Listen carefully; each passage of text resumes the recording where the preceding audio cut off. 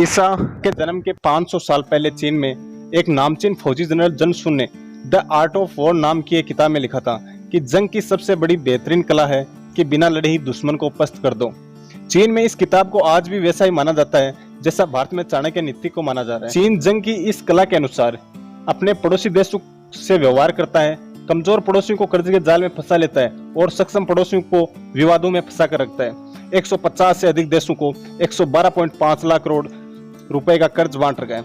हाल ही में लद्दाख और अक्साई चीन के बीच स्थित गलवान घाटी में भारत और चीन के सैनिकों के बीच गंभीर झड़प हुई, जिसमें 20 भारतीय जवान शहीद हो गए।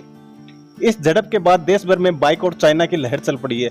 हालांकि यह मांग एक दशक से भी पुरानी है, लेकिन इस बार देश के बड़े व्यापारिक संगठनों और केंद्र सरकार के द्वारा उठाए गए कुछ कदमों ने इसे चर्चा में ला दिया है। The federation of all India trade के अनुसार चाइनीज उत्पादों के विकल्प के रूप में भारतीय स्थानीय उत्पादों का विकल्प असंभव नहीं है, लेकिन कठिन जरूर है। केट के अनुसार अगर भारत में चीन से आयात किए जा रहे उत्पादों को इस कैंपेन के तहत 20 से 25% कम कर दिया जाए तो वर्ष 2021 तक लगभग 1 लाख करोड़ रुपए का आयात कम किया जा सकता है। हालांकि कुछ विशेषज्ञों का कहना है कि चीन के उत्पादों को बैन करना चीन की जगह भारत के लिए ज्यादा नुकसानदायक होगा। उदाहरण के तौर पर अगर चीन और भारत के बीच व्यापार को पूरी तरह से बंद कर दिया जाता है तो चीन को निर्यात का केवल 3% और आयात का मुश्किल से 1% नुकसान होगा, जबकि भारत को निर्यात का 5% और आयात का 14% खोना पड़ेगा। आइए इस रिपोर्ट में जानते हैं कि क्या पूरी तरह से बाइकआउट चाइना संभव है। तो भारत में आयात किए जाने वाले कुल सामान का चीन से 14.09% होता है, अमेरिका से 7.58% और यूएस से 6.39% और बाकी कंट्री से 54% आयात किया जाता है।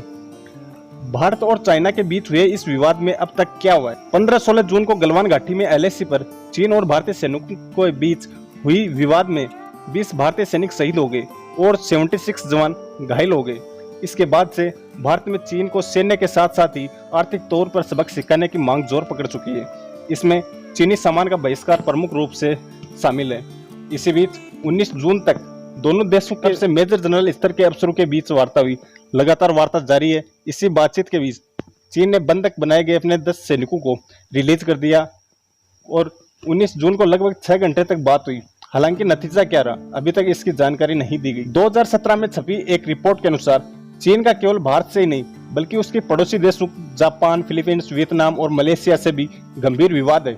चीन और जापान के बीच स्नेकू द्वीप को लेकर गंभीर विवाद है। यह द्वीप पूर्वी चीन सागर में स्थित है, जो कि जापान, चीन और ताइवान के बीच पड़ता है। दक्षिण कोरियाई विद्वान ली सियोकाउ के अनुसार चीन ने 1970 में यहाँ पर ऑयल रिजर्व की जानकारी होने के बाद अपना दावा शुरू कर दिया। ऐसे वियतनाम के साथ ही दक्षिण चीन सागर और सीमारेखा रेखा को लेकर विवाद है। 1979 से 1990 के बीच दोनों देशों के बीच झगड़ा था। भारत और चीन के बीच पिछले 5 सालों के आयात और निर्यात को इस ग्राफ से समझ सकते हैं।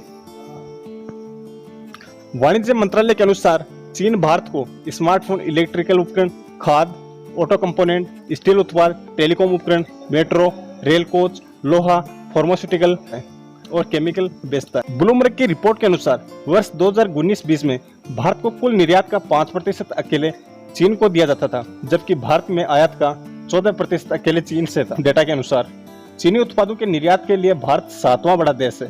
वही भारतीय सामानों के निर्यात के मामले तीसरा बड़ा देश, सबसे बड़ा कर्जदाता। चीन और उसकी सहायक कंपनियों ने इस समय $1.5 ट्रिलियन लगभग 112.5 लाख करोड़ कर्ज दे रखा है। डायरेक्ट लोन या ट्रेड क्रेडिट के रूप में 150 से ज्यादा देशों को लोन बांट रखा है। चीन ने उसके द्वारा बांटा गया लोन वैश्विक जीडीपी के 5% से भी ज्यादा है। विश्व बैंक और IMF से भी बड़ा कर्जदाता है। चीन अब विश्व बैंक और अंतर्राष्ट्रीय मुद्रा कोष से भी बड़ा कर्जदाता बन गया। विश्व बैंक, IMF और सभी OECD समूह की सरकारों द्वारा बांटे गए लोन का कुल चीन से कम है। तो चीन की तुलना में अमेरिका कहां पर है? 2000 से 2014 के बीच दुनिया भर में अमेरिका ने $394.6 अरब का कर्ज दिया है, जबकि चाइना ने $354.4 अरब का कर्ज दिया है। चीन ने 1949 से 2017 तक 2000 से ज्यादा लोन और 3000 से ज्यादा ग्रांट बांटी है। अधिकांश लोन इंफ्रास्ट्रक्चर, एनर्जी और माइनिंग के हालांकि इसके बाद में अमेरिका ने विदेशी कर्ज में कटौती की और चीन इस कर्ज को बढ़ाता चला गया। कई देशों का कर्ज तेजी से बढ़ रहा है। 50 विकासशील देशों का चीन से लिया गया उधार 2005 में उनकी जीडीपी के 1% से कम था, जो कि 2017 तक 15% हो गया। कई देशों के लिए यह आंकड़ा 20% तक है।